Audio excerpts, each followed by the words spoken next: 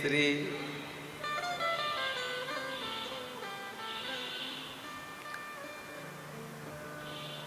भगवान ने आज भगवान महर्षि कर्दम के यहाँ कपिल के रूप में प्राकट हुए। बोलो कपिल भगवान की जय हो। जय जय श्री राधे। और जैसे भगवान कपिल के रूप में आए हैं तो यहाँ वचन दिया था महर्षि कर्दम ने महाराज मनु को कि जैसे ही एक संतान होगी मैं घर छोड़ के जंगल चला जाऊंगा तपस्या करने। अब जब साक्षात भगवान घर में आ गए तो कौन जाए तपस्या करने। तो भगवान कपिल ने कहा महर्षि कर्दम से, पिताजी आपने कहा था पितामह से मातामह से कि जैसे ही पुत्र होगा मैं भजन करने चला जाऊंगा, अब जाओ, अब क्यों घर में बैठे हो। तो कपिल भगवान से कहते हैं, कर्दम जी की एक बात बताओ बेटा, जंगल में भजन करने किस लिए जाना था? आपको प्राप्त करने के लिए। जब आप ही मेरे घर में बेटा बन के आ रहे तो हमको काहे को जाना? नहीं नहीं पिताजी आपको जाना पड़ेगा। तब महाराज गए हैं। यहाँ पर देवहूति मैया ने सुंदर श्रृंगार किया है कपिल भगवान का, और श्रृंगार करके एक सिंहासन पर बिठाया है। और देवहूति मैया कहती हैं, स्तन्त्वा गताहं शरणं शरण्यं, स्तन्त्वा गताहं शरणं शरण्यं, सौहृत्य संसार तरो कुठारम, जिज्ञासयाहं प्रकृते पुरुषस्य नमामि सद्धर्मविदां वरिष्ठम्। हे प्रभु तंत्वा गताहं, मैं आपकी शरण में आई हूं। क्यों? भगवान है ना, इसलिए मां बोल रही।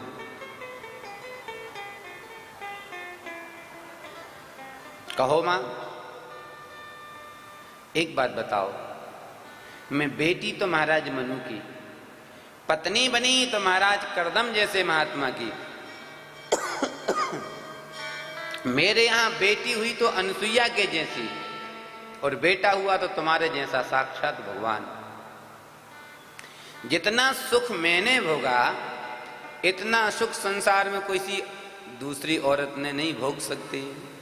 लेकिन अभी तक मेरा मन नहीं भरा, सुख से मेरा मन नहीं भरा। तब भगवान कपिल कहते हैं, माताओं ध्यान से सुनना, भाई लोग आप लोग भी, संसार के भोगों को भोगने से मन कभी भर नहीं सकता। अच्छा एक बात बताओ, आप लोग कब से पूरी पराठा खा रहे हो? कितना खाया? कई लोग बैठे जो क्विंटलों खा गए होंगे। किसी और के क्या कहें, हम ही खा गए होंगे। आज तक मन भरा क्या? कितनी बार रसगुल्ला खाए और पंगत में ना मिले तो पूरा मूड खराब हो जाए। भगवान कहते हैं, मां भोगों को भोगने से तृप्ति नहीं होती, भोगों को भोगने से और इच्छा बढ़ती है। और आपने कहा कि मैंने इतने भोग भोगे फिर भी मैं सुखी नहीं हूं, तो मां सच बताऊं, संसार में ऐसा कोई व्यक्ति नहीं है जो भोगों को भोगे और सुखी हो जाए। भोगों को भोगने से और भोगने की इच्छा होती है। जैसे कि जब तक आपके पास साइकिल नहीं थी तो आपको क्या लग रहा था? एक साइकिल हो जाए। और जब साइकिल हो गई तो काश मोटरसाइकिल होती तो थोड़ा चढ़ाई में जोर नहीं लगाना पड़ता। अब मोटरसाइकिल आ गई तो बहुत तेज धूप होती है, बारिश में गीले भी हो जाते, काश। तो इच्छाएं बढ़ाने से बढ़ती हैं, घटती नहीं हैं। जब तक घर में कूलर नहीं था, पंखे से काम चल रहा था, कूलर आ गया, इच्छा हो गई एसी होती तो और अच्छा होता। तो मां भोगों को भोगने से तृप्ति नहीं होती, और इच्छा होती कि और मिल जाए और मिल जाए। फिर मां अगर मन को भरना है तो मदन मोहन को मन में बिठा लो, मन भर जाएगा। अन्यत्र संसार के साधनों से मन कभी भरने वाला नहीं है। बेटा ये मदन मोहन मनमोहन मिलेगा कहाँ? बोले संतों के पास। बेटा संत कौन है? संतों के बारे में बताओ। संत कैसे होते हैं? लाल होते हैं, पीले होते, कैसे होते हैं? तो भगवान कहते हैं मां जो संत होते हैं उनकी कोई शकल नहीं होती है। निवेदन करूं भैया, बड़े बड़े बालों को रखा लेने से कोई संत नहीं बन जाता है, लाल पीले कपड़े पहनने से कोई महात्मा नहीं बन जाता है। कभी कभी कोट पैंट में भी कोई आपको संत मिल सकता है। भेष से संत नहीं होता है, स्वभाव से संत होता है। साधु का लक्षण क्या है? बड़ी बड़ी जटाएं रखाना, बड़ी दाढ़ी रखा लेना ना राम जी। साधु का लक्षण यह है, पर कार्य साधनोति साधु, जो दूसरे का कार्य बना दे वही संत है, वही साधु है।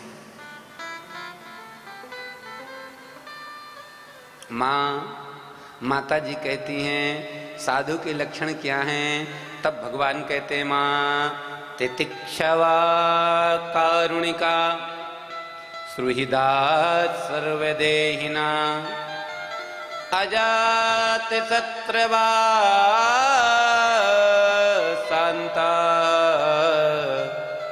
साधवो साधुभूषण। तितिक्षवः, जिसके हृदय में तितिक्षा हो, सहने की इच्छा हो। अगर किसी ने एक कह दिया और आप दो सुनाने की इच्छा रख रहे हो तो समझ जाओ साधुता हृदय में है ही नहीं। कारुणिका, हृदय में करुणा हो।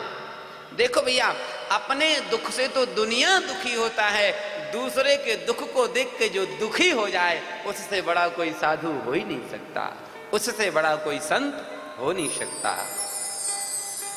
सुहृदा सर्वदेहिनां, समस्त देहधारियों का कल्याण चाहने वाला सुहृद।